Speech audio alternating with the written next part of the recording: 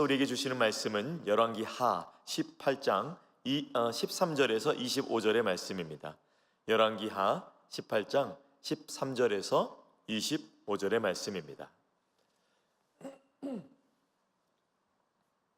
오늘 말씀 교독해서 읽으실 때에 제가 먼저 읽고 마지막 25절 함께 읽겠습니다.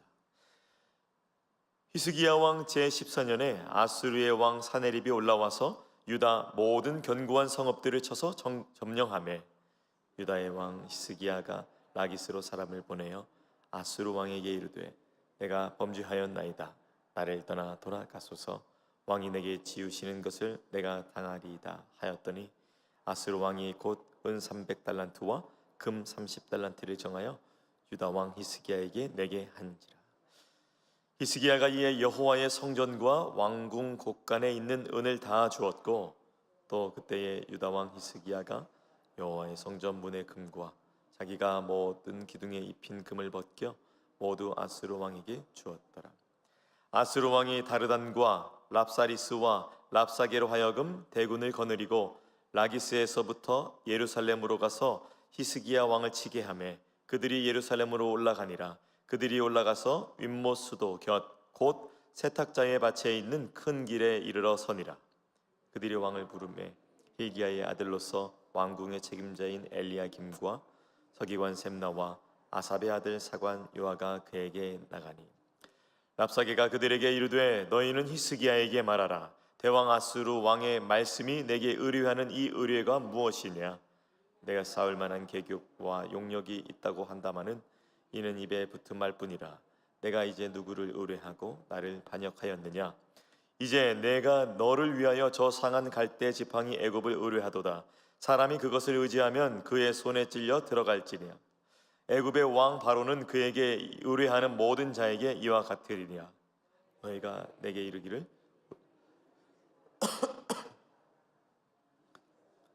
그들의 산당들과 제단을 제거하고 유다와 예루살렘 사람에게 명령하기를 예루살렘 이 제단 앞에서만 예배하라 하지 아니하였느냐 하셨나니 청하건대 이제 너는 내 주 아수르 왕과 내기하라. 내가 만일 말을 탈 사람을 낼 수 있으면 나는 내게 말 2,000마리를 주리라. 내가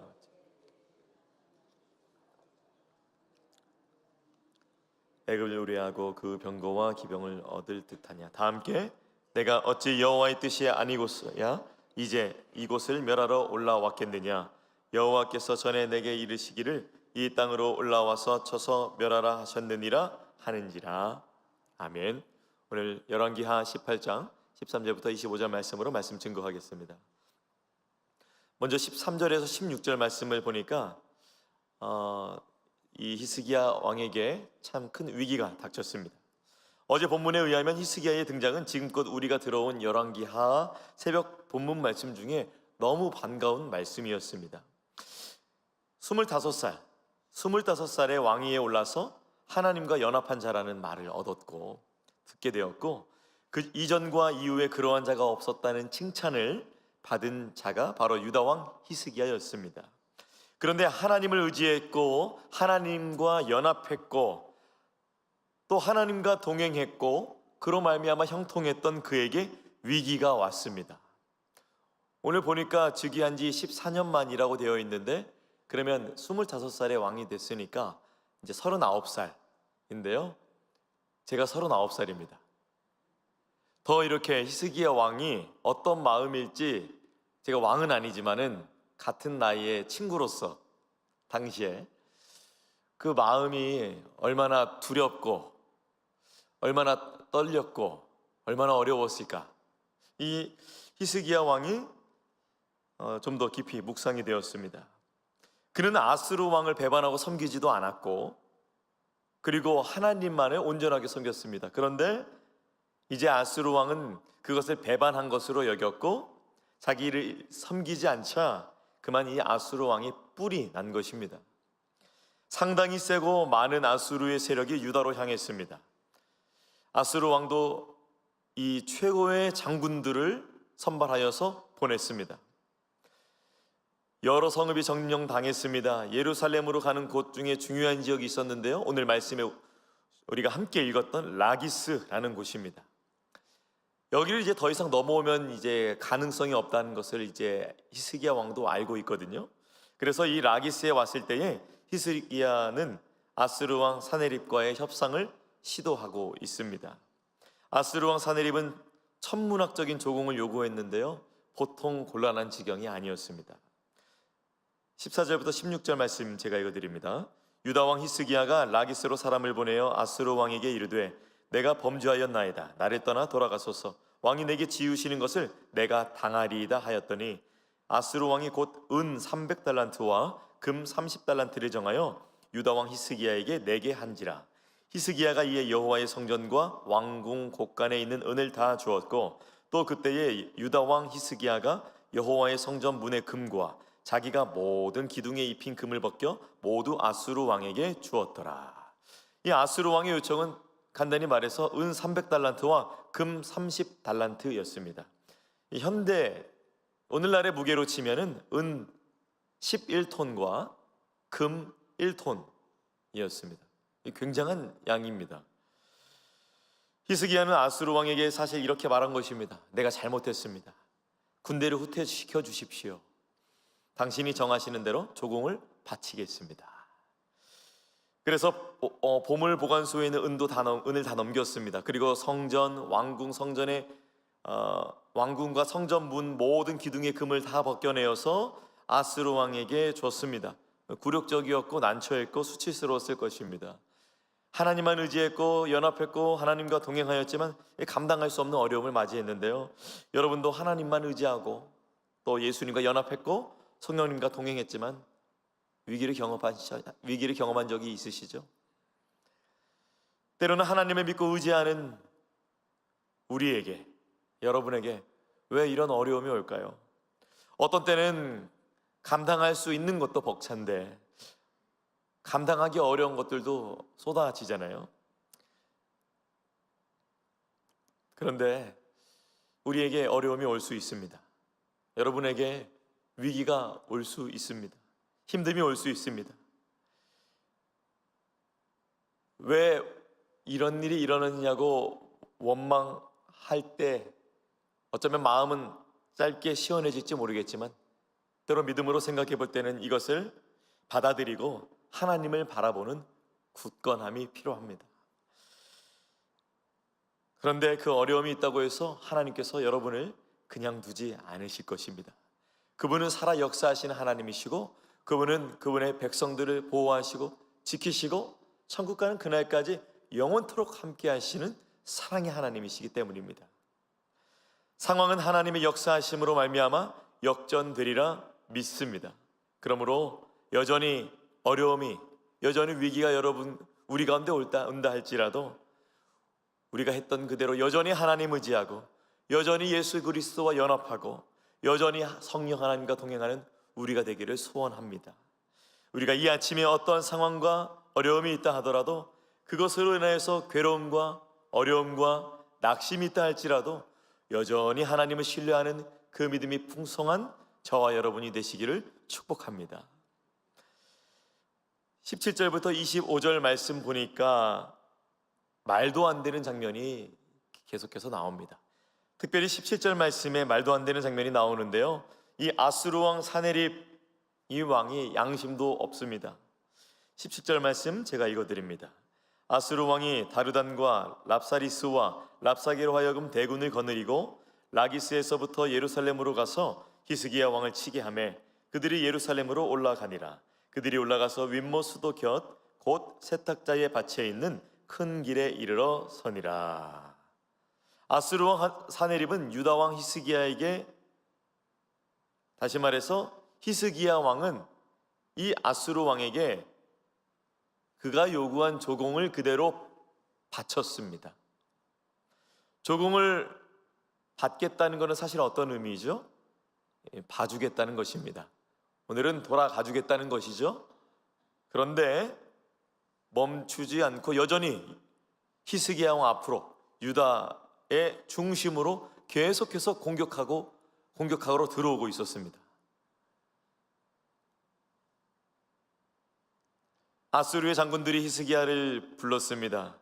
조공을 받았지만 사실 한 가지 더 받아야 될 것이 있기 때문입니다. 바로 굴욕적인 항복입니다. 왕궁을 책임지고 있는 왕의 서기관 셈나, 그리고 궁중의 사관 요아, 이 핵심 인물들, 이분들이 나와서 이 장군들을 맞이했습니다. 근데 아수르 장군들은 히스기야의 신하들과 또 전달될 히스기야에게 무엇을 통해 무너뜨리냐면요, 칼과 방패, 병거와 여러 가지를 쓸 수 있겠지만 그걸 쓰지 아니고 지금 무엇을 사용하냐면 말을 사용하여서 쓰러뜨리고 있습니다.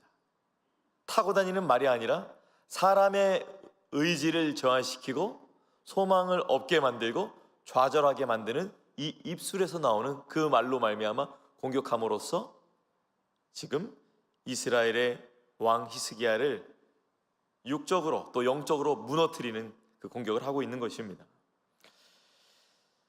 오늘 말씀 묵상하면서 저는 또 참으로 우리 그리스도인들이 믿음 잘 지키다가 무엇 때문에 무너지는가, 악한 마귀 사단이 많은 공격 중에 효과를 가장 발휘하는 것이 무엇이 있을까 생각하는 중에 저는 말이라고 생각했습니다. 말 때문에 시험 들고, 말 때문에 상처받고, 말 때문에 믿음 흔들리기 쉽습니다. 오늘 히스기야를 흔드는 것도 다름 아니라 이 장군들의 말이었습니다. 18절부터 20절 말씀 읽어드립니다. 랍사게가 그들에게 이르되 너희는 히스기야에게 말하라. 대왕 아수르 왕의 말씀이 내가 의뢰하는 이 의뢰가 무엇이냐? 내가 싸울 만한 계교와 용력이 있다고 한다마는 이는 입에 붙은 말뿐이라. 내가 이제 누구를 의뢰하고 나를 반역하겠느냐? 그리고 이어서 거짓말을 사용해서 마음도 무너뜨립니다. 신앙도 무너뜨립니다. 25절입니다. 장군들이 히스기야에게 전달하는 말이죠. 너는 내가 하나님의 허락 없이 이 땅을 멸하러 왔다고 생각하느냐? 사실은 하나님께서 내게 이 땅을 공격하여 멸하라고 분명히 명령하셨다라고 이러한 의미로 말을 하는 것입니다. 근데 하나님이 언제 그러셨어요? 게다가 이 모든 말들은 아수르 장군들이 아람 말, 그러니까 자기 나라의 말이 아니라 이스라엘 사람들이 다 알아들을 수 있는 히브리 말로 전달했습니다. 그러니까 그 근처에서 보고 있던 백성들도 있었을 테고, 또 여러 그 자리에 나와 있던 많은 사람들이 다 알아들을 수 있도록 히브리 말로 외쳤던 것입니다. 하나님이 이 상황을 보고 계신데 아수르 장군들이 두려울 줄 모릅니다. 나중에 하나님께서 어떻게 역사하시는지 여러분 오늘 이 장면을 기억하시고 하나님이 역사하시는 장면을 보시면서 하나님의 그 뜻, 하나님의 역사하심에 감탄하게 되실 것입니다. 하나님이 다 보고 계십니다. 사랑하는 여러분, 말 때문에 무너질 수 있습니다. 우리는 어쩌면 그 말 때문에 무너질 수밖에 없는 정말 연약한 존재입니다. 또 그 말 때문에 또 우리의 생각들이 죄 가운데 갈 수밖에 없는 죄인들입니다. 하지만 여러분, 오늘 말씀 들으시고 이번 한 주 동안 절대 말 때문에 무너지지 마시고, 절대 흔들리지 마시고, 절대 소망 잃지 마세요. 우리가 잃어버린 것은 지옥에 가는 악한 마귀 사단에게 종이 되어 살아간 때 그것뿐입니다. 그것 말고는 예수님 믿으면서 잃어버릴 것이 없습니다.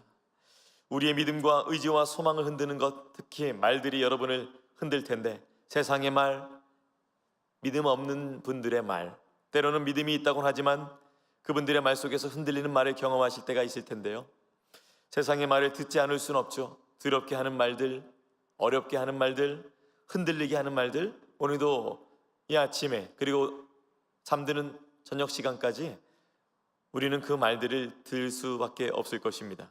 그러나 그 말을 들었다면 이제 하나님께서 여러분에게 무엇이라 하시는지 하나님의 말씀도 들어보시고 힘과 용기를 얻는 여러분이 되시기를 바랍니다. 아이들이 학교에서 이렇게 다녀오면 친구들의 말을 많이 들어요. 아이들이 또 저희 집에는 두 공주님이 공식적으로는 제 아내까지 세 공주님이 살고 있는데, 저희 아이들 이제 두 공주님이 학교에 다녀오면은 이제 친구들의 말을 듣고 오면은 이렇게 때로는 시무룩해진 때가 있습니다. 또 저희 아이는 이제 국가가 굉장히 아이들이 다양해요. 제 아파트에 여러 인종들이 살고 있거든요. 그래서 그 근처에 있는 학교는 굉장히 다양한 인종들이 살고 있습니다. 각자의 문화와 또 여러 가지 습관이 다른 아이들이 뭉쳐 살고 있죠. 이 아이들이 이제 친구들의 말을 이제 듣고 오면 자존감이 굉장히 낮아지고 또 자신감도 저하될 때가 있죠. 그러나 이 아이들이 살리는 것이 누굽니까? 바로 아빠의 말입니다. 엄마의 말입니다. 자녀가 아빠의 말, 엄마의 말 듣고 살아나는 것처럼 성도는 하나님의 말씀을 듣고 살아나는 줄 믿습니다. 오늘 우리에게 허락한 이 본문에 우리가 또 그 큐티 책을 아래쪽에 보시면 이렇게 질문을 던집니다. 나를 흔드는 사람의 말이 무엇이며 나를 붙드는 하나님의 말씀은 무엇인가요? 너무 잘 정리해놨다고 생각합니다. 여러분에겐 그것이 무엇입니까? 여러분을 흔드는 사람의 말은 무엇이고 여러분을 붙드는 하나님의 말씀은 무엇입니까? 시편 121편엔 성전에 올라가는 노래라는 시편에서 하나님이 그분의 백성들을 어떻게 기록하는지, 어떻게 지키시는지 기록하고 있습니다. 시편 121편 5절에서 8절 말씀 읽어드립니다. 여호와는 너를 지키시는 이시라. 여호와께서 내 오른쪽에서 내 그늘이 되시나니 낮에 해가 너를 상하게 하지 아니하며 밤의 달도 너를 해치지 아니하리로다. 여호와께서 너를 지켜 모든 환난을 면하게 하시며 또 내 영혼을 지키시리로다. 여호와께서 너의 출입을 지금부터 영원까지 지키시리로다.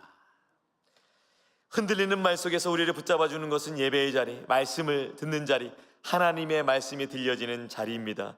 두렵게 하는 말은 버리세요. 그건 참고사항일 뿐입니다. 하나님의 말씀을 붙잡는 믿음이 충만하시길 바랍니다. 흔들리게 하는 말들, 거짓의 말들의 파도에 빠진 여러분에게 밧줄을 던져 주신 분이 계시니 그분은 예수 그리스도, 우리의 왕이신 예수 그리스도, 그분이 여러분에게 무엇이라 말씀하십니까? 그것은 믿음의 말일 것입니다. 그것은 소망의 말일 것입니다. 그것은 사랑의 말일 것입니다. 세상의 말에 무너지지 아니하고 주의 말씀으로 굳건히 서는 저와 여러분이 되시기를 예수님의 이름으로 축원합니다. 기도하겠습니다. 하나님, 오늘 열왕기 하 18장 13절에서 25절 말씀으로 또 우리에게 귀한 교훈의 말씀을 주시고 하루를 살아갈 힘과 용기와 능력 주심에 감사합니다. 오늘 살아가면서 하나님, 우리에겐 여전히 위기가 오겠지만, 갑작스럽게 어려움이 오겠지만 여전히 하나님을 잘 섬기고 의지하고 예수 그리스도와 연합하고 성령과 동행했는데 왜 나한테 이런 일이 일어나지? 라며 당혹스럽게 하는 일이 일어나겠지만 하나님, 우리가 연약합니다. 흔들리지 않도록 주여 믿음 더하여 주시옵소서. 그리고 세상의 말들로 인하여서 우리가 흔들릴 때가 있습니다. 주님, 세상의 말을 들었다면 이제 하나님이 무엇이라 말씀하시는지 듣는 귀를 열어 주시옵소서. 그리하여서 하나님의 말씀으로 말미암아 승리하는 삶을 살 수 있도록 주께서 인도하여 주시옵소서. 모든 것 주님께 의탁드리며 귀하신 예수님의 이름으로 기도합니다. 아멘. 하늘에 계신 우리 아버지여, 이름이 거룩히 여김을 받으시오며 나라가 임하시오며 뜻이 하늘에서 이루어진 것 같이 땅에서도 이루어지이다. 오늘 우리에게 일용할 양식을 주시옵고 우리가 우리에게 죄 지은 자를 사하여 준 것 같이 우리 죄를 사하여 주시옵고 우리를 시험에 들게 하지 마시옵고 다만 악에서 구하시옵소서. 나라와 권세와 영광이 아버지께 영원히 있사옵나이다. 아멘. 각자의 기도의 제목으로 기도하시겠습니다.